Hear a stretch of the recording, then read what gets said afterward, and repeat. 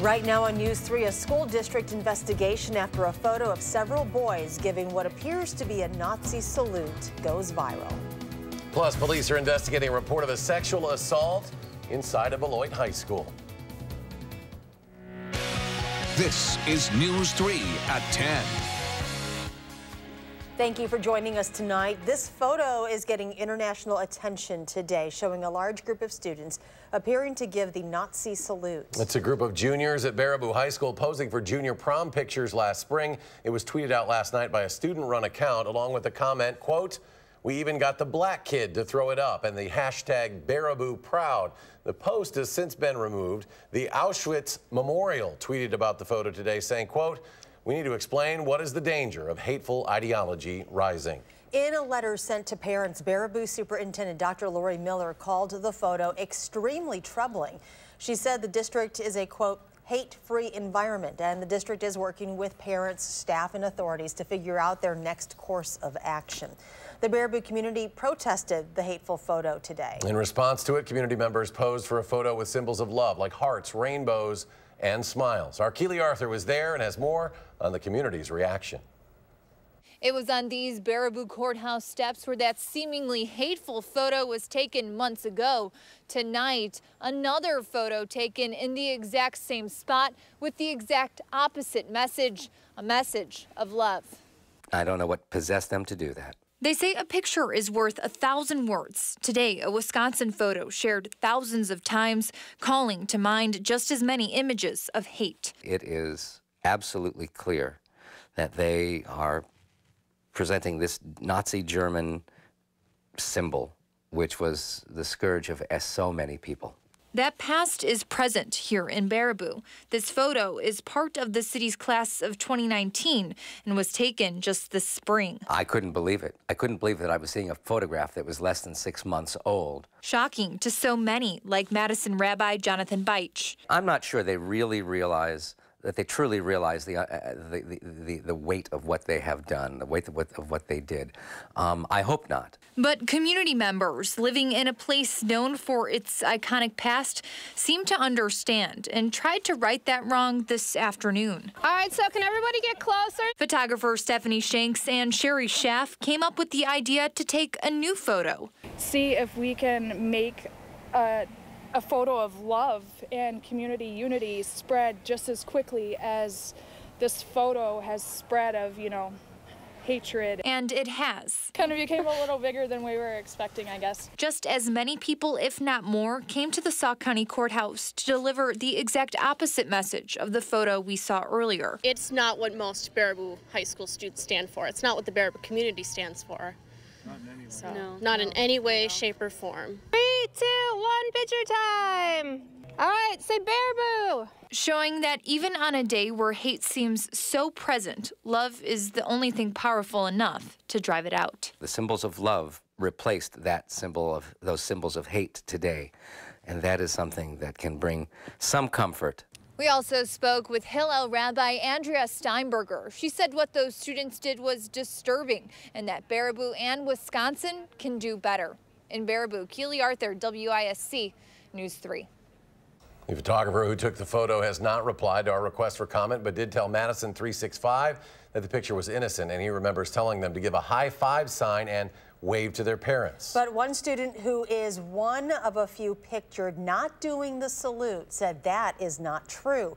He felt many of the boys were doing a Nazi salute on purpose, and his morals wouldn't let him participate. I was in the back, so I could see what was going on. And as soon as I heard the photographer say, "Raise your hand," I knew what was going to happen. And I was telling people not to do it, and they still did it. There was a parent in the crowd crying out saying, "Don't do it, stop, stop, stop." And I was looking at my mom during that time, and she knew how much pain and how much hurt that I was going through during that exact moment. CBS's Adriana Diaz sat down with Jordan Blue, and you can see that entire interview tomorrow on CBS This Morning. Next at 10, as fires continue to burn out of control in California, the death toll rose to 42 in the northern part of the state, but the search continues for hundreds of people still missing in their 5th day now. Officials say the fires are the most destructive ever in that state, based on the number of homes and buildings destroyed. President Trump said in a tweet Monday night he has approved an expedited major disaster declaration for the state of California. Around here, continued cold. Our forecast now with Chief Meteorologist Gary Canalti in the Weather Center. Gary? It's cold, and it's going to stay cold at least for a few more days. Let's start off by taking a look at Doppler track. There have been a few scattered snow flurries across southern Wisconsin this evening. In most cases, just like a flurry or two here or there. Certainly not enough to stick to the ground. But as we zoom in, you can see the last of the flurries are heading south and east of Madison. Visibilities right now, 9 miles here in Madison. All the other major reporting stations at or above 10 miles. So again, if there are any flurries, there's just a few reaching the ground. High temperatures today, very cold. Here in Madison, we topped out at 30. To our north and west, temperatures stayed mainly in the 20s. And current temperatures now are at their lows for the day in most cases. Upper teens north and west of Dane County, lower 20s here in Madison, and mid 20s closer to Lake Michigan. You factor in the winds, though, and we're seeing wind chill factors around 10 degrees, in some cases in the single digits. By tomorrow morning, temperatures will be in the middle teens. Look for sunny skies through the day, but it will be a cold day. High temperature only reaching 26. That's your First Alert forecast. Gary, thank you. New tonight, police are investigating a report of a sexual assault at Beloit Memorial High School. Amy Reed spoke with the school district and police to find out about what is being done. It was almost 1 week ago that the call came in to Beloit police. A 17-year-old girl with cognitive disabilities at Beloit Memorial High School said she was sexually assaulted inside the boys' locker room. Police told me a rape kit is now being processed. The call came into police long after school was out, after dark at nearly 7:30. But that same night, they were able to arrest someone, a 15-year-old classmate. The county later released him, but he's still since not returned to school. The school district sent me a statement that said, in part, please be assured that the school district of Beloit considers the safety of its students to be the highest priority. A spokesman for the district also told me the district is working with police to investigate, and the school is working with the victim and her family to give her the counseling and support she needs. And while the district attorney decides what, if any, charges to press on the 15-year-old boy, the school is doing evaluations of their own before he returns. There is a security camera outside of the boys' locker room, but the school told me it's not working. It is on schedule to get repaired in the coming weeks, though that doesn't help with this particular investigation. Amy Reed reporting for us tonight. Amy, thank you. Madison Police Chief Mike Koval says vehicle thefts were up 28% in the month of October compared to the same time last year. According to the chief's blog, there were 49 reported auto thefts last month in the city. Says of those 49, 36 vehicles have been recovered. 40 of them had the keys in them. Through the end of October, there have now been 344 reported stolen vehicles this year. The village of Sharon Elementary School in Walworth County closed early today after someone wrote a malicious threat in a bathroom stall. The police department says this is the second time the school has had to close in a week. The school closed early Friday after a similar threat on a different stall in the boys' bathroom. Police say the malicious writing mentioned a bomb, and the two threats are likely linked but are not considered credible. More than 160 people across the country have reported getting sick from a salmonella outbreak linked to raw turkey products. The CDC says 164 people from 35 states, including Wisconsin, have been infected with the outbreak strain of salmonella as of November 5th. 6 of those cases are here in Wisconsin. In total, 63 people have been hospitalized and 1 person in California has died. Still ahead tonight, a special surprise for a local veteran. And the Badger Honor Flight celebrates number 3,000. That and more when we return.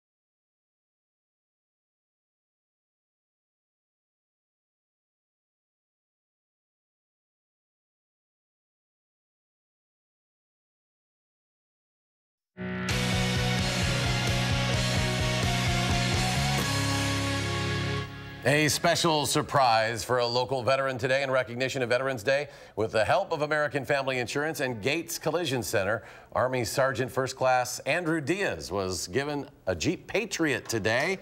He's wearing the green shirt there. This was a special event at the Armed Forces Reserve Center. Sergeant Diaz is an Iraq War veteran and the recipient of 2 Purple Hearts.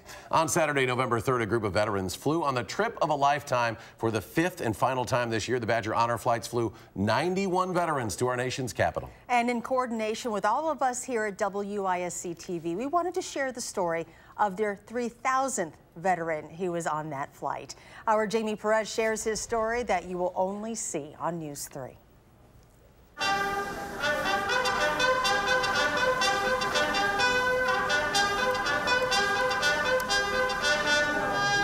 From 4 in the morning to 9 at night. This was a journey that Vietnam veteran Gary Garlock wasn't even planning on. I was debating if I wanted to come or not. The ceremonies. The warm welcomes. The thank yous. Thank you for your service. The experience of it all. Good morning. Morning. Are you ready to go on your trip? I am ready, sir. With no expectations. I have no idea what to expect. So you're in for it. Yeah. Gary is about to go on the trip of a lifetime. It is definitely an honor for us to be operating this flight today. We thank you for your service and welcome aboard. A trip that made him reconnect with his days in war, remembering the hard times. I guess being away from family, and there was a lot of hard times. It wasn't fun. Surrounded by those who bond over their experiences fighting for our country. Yeah. But Gary is special.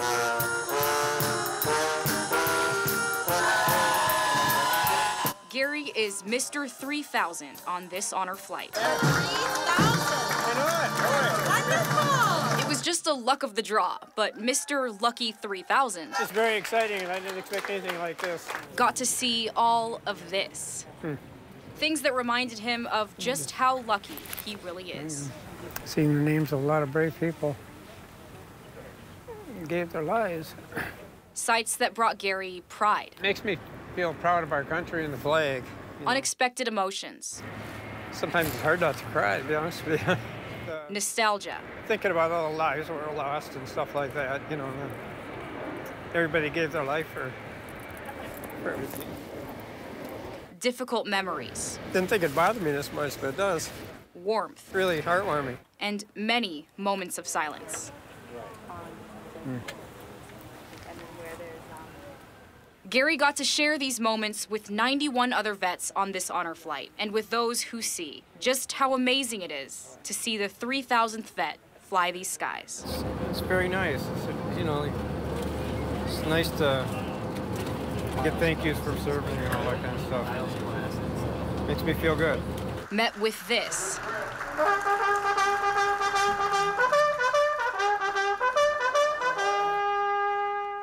After a near 18-hour day of reflection. Boy, I never expected this many people, I'll tell you. Thank you for your service. You're welcome. Welcome home, Gary. Thank you. Good day. Great day. Yeah. A great day. Hi. And a great feat for the Badger Honor Flight, sharing 3,000 separate memories. I'm here. To honor and to serve those who served us for the 3,000th time. Hey, thank you guys. From Madison to D.C. You're welcome. Welcome home. I'm Jamie Perez. Thank you guys. For WISC News 3. Welcome home. Thank you. To keep up to date on when the Badger Honor Flights for 2019 will be, you can like their Facebook page, and a link to that can be found on our website, channel3000.com. Contractors are moving a Christmas tree from northern Wisconsin to Madison, set to be featured this year in the Capitol Rotunda.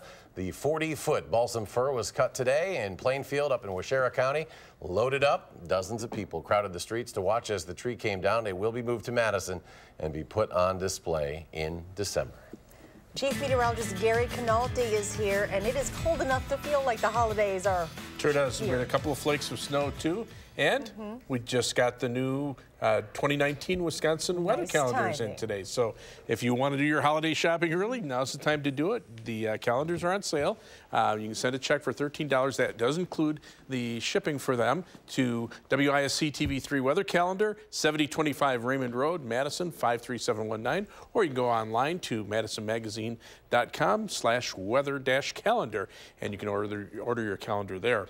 As we take a look at Doppler track tonight, there have been a couple of scattered snow flurries. It's really hard to tell how much of this is actually reaching the ground. A lot of that is just in the vicinity of the radars themselves. But the time lapse from the WISC Skycam shows mostly cloudy skies for the entire day today.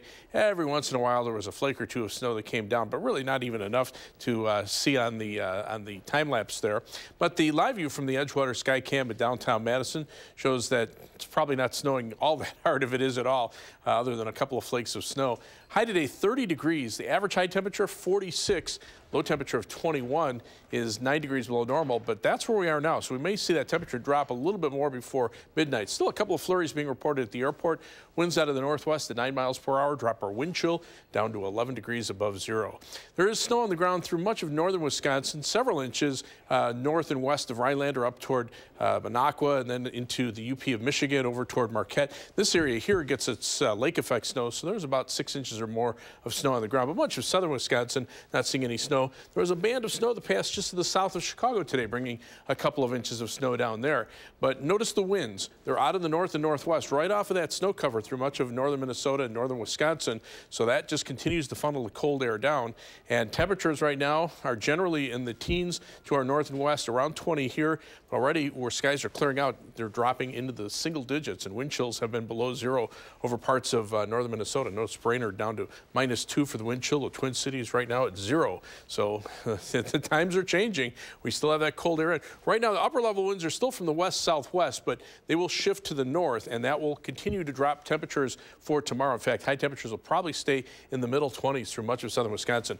That very active jet stream and the strong contrast between the cold air in the Midwest and warm weather down toward Florida. More showers and thunderstorms over the southeastern part of the country, but the center part of the country is relatively quiet, at least in terms of any active weather systems. Lots of clouds, but not much in the way of any heavy precipitation, mostly just a few flurries. But it's cold across the entire Midwest. Take a look at these temperatures right now. Single digits from northern Minnesota back through much of North Dakota, and then teens and 20s elsewhere. And as we check out future track, you can see the skies clearing out later on tonight. Tomorrow we'll see sunshine, but with west to northwesterly winds, high temperatures only topping out in the middle 20s. So overnight, partly cloudy, quite cold, low temperature dropping to 14 degrees. Tomorrow up to 26, even though we'll have mostly sunny skies. Future track shows those northwesterly winds funneling down the cold air overnight. Low temperatures dropping into the middle teens. Highs tomorrow only in the mid-20s. For tomorrow night, temperatures again in the mid-teens, but by morning those winds start to become a little more southerly, and that will set up a little milder day for Wednesday with high temperatures in the middle 30s. And in fact, as we look at the 7 to 10 day forecast, we'll probably be in the lower 40s on Thursday. Another shot of cold air arrives on Friday. Could see some snow showers or flurries Friday night into Saturday morning. Another shot of cold air for the weekend with highs around freezing. But then we'll start warming up toward the Thanksgiving holiday. In fact, by Thanksgiving itself, it could be up around 50.